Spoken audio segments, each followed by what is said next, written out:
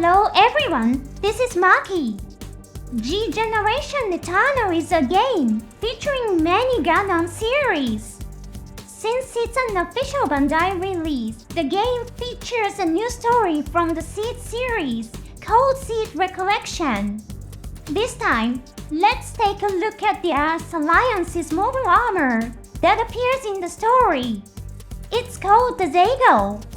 With its monstrous appearance, it gives off quite a villainous vibe. What kind of capabilities does it have? Now here's an urgent mission for you. A mysterious white fighter is approaching your home at incredible speeds. Hit the subscribe button to activate the ZEIGEL and intercept it. With ZEIGEL's powerful capabilities, you should be able to take down an ordinary fighter jet with ease. Good luck out there! The war between the Earth Alliance and ZEIGEL, which began in Cosmic Era 70, officially came to an end. However, this peace was only temporary. Countless flashpoints remained all over the world, any of which could reignite full-scale war with just the slightest spark. The Earth Alliance began developing new weapons. Mobile suits like the Strike Dagger, which were created to counter ZEIGEL's own mobile suits, proved to be highly effective on the battlefield.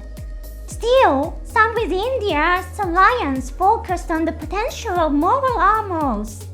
They designed experimental weapons in hopes of creating a next-generation mobile armor that could serve as a mainline combat unit.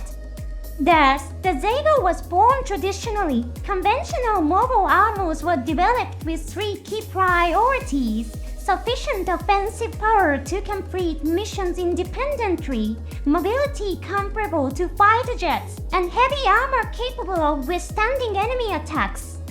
The ZEIGEL was developed to meet these requirements while aligning with modern military technology standards.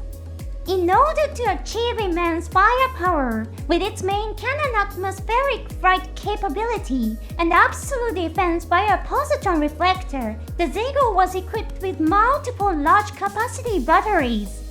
However, since it was still a prototype, its power system was unstable. If the output dropped, one of its core functions, the main cannon flight capability or positron reflector, would become unusable. This was a critical flaw. By the time it appears in Seed Recollection, it had already outlived its role as a prototype and was left idle in a hangar at the Earth Alliance's Victoria base. The ZEIGEL structure bears a strong resemblance to the ZEIGEL, which was developed later. It is equipped with 5 positron reflector generators located across its body.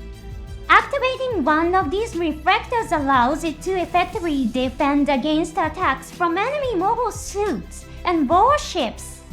Due to its unstable power output, it's unlikely that all 5 reflectors could be activated simultaneously. The legs are remarkably similar to the arm components used in the GATX series. This suggests that the design may be a fusion of existing technology and mobile armor engineering. The thrusters mounted underneath the body resemble those found on the ZEIGEL. It's possible that data collected during the ZEIGEL's testing phase was incorporated into the ZEIGEL's design. The ZEIGEL has 2 thrusters, while the ZEIGEL has 4. As of the time this program was made, no official size measurements had been released for the ZEIGEL. Does it have more thrusters because it's larger than the ZEIGEL? Or were the thrusters reduced on the ZEIGEL thanks to advances in stability control? The answer remains unknown. There are also fascinating parallels with real-world design concepts. For example, the ZEIGEL strongly resembles the mobile armor form of the Aegis Gundam during its early development phase. Let's also compare it to the Aegis Gundam design contemporaries by Kiichiro Kotagiri, who designed the GATX series. Since this was a concept from the design phase, it's unclear if it was officially incorporated into the official storyline, so keep that in mind.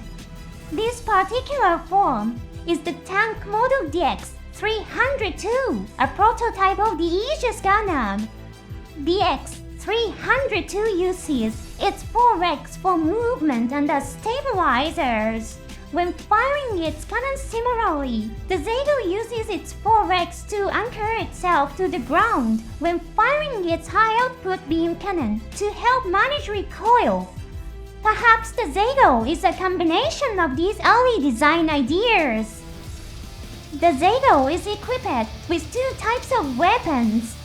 The first is the single-barrel cannon. This weapon is mounted on its legs.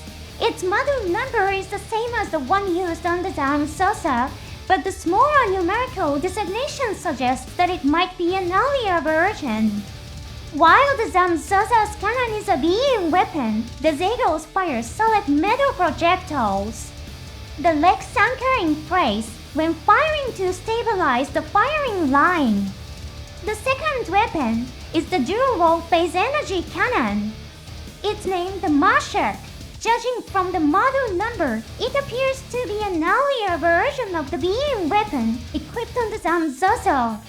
While this is only speculation, the name may be derived from a Russian poet. The Zamsosa's beam cannon is named Gamsoda, which is also the name of a Russian poet. Maki also shares its name with another Russian poet. This weapon appears to be an upgraded version of those previously mounted on the Aegis and Calamity Gundams. When firing, the ZEIGEL drives all four of its legs into the ground to stabilize its body. It is currently unknown whether it can fire this weapon while airborne. These are the two confirmed weapons for the ZEIGEL.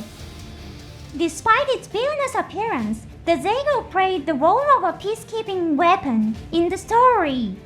When a group of Zoth deserters, calling themselves the Zoth faction, attempted to destroy a mass driver with nuclear missiles, the ZEIGEL was deployed to stop them.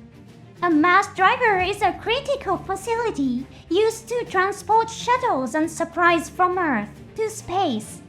It's a structure that supports not just warfare, but peaceful endeavors as well. Athran also fought against the Zoth faction with the same goal in mind. However, at that point, the Earth Alliance did not recognize Athran's affiliation, and he came under fire. Ultimately, Athran successfully neutralizes both the Zoth faction and the Earth Alliance forces, destroying the nuclear missile in the process. The destroyed ZEIGEL is shown in the animation. Its weapons are damaged, but the body does not appear to have exploded. The Earth Alliance commander asks, "Did we survive?" suggesting that Athran defeated the ZEIGEL without killing its pilot. The information displayed on the monitor includes the Murasame flight test type that Athran was piloting, but it's marked as unknown. The commander then remarks, "Could it have been Athran's error?" There are very few pilots capable of disabling forces from both the Earth Alliance and Zoth without taking a single life. This level of precision led them to suspect that it was Athran. In the game, Athran fights alongside the player's mobile suits. However, within the story, he is presented as acting alone. The ZEIGEL perfectly highlights Athran's phenomenal piloting skills. Thanks so much for watching all the way to the end. See you in the next episode.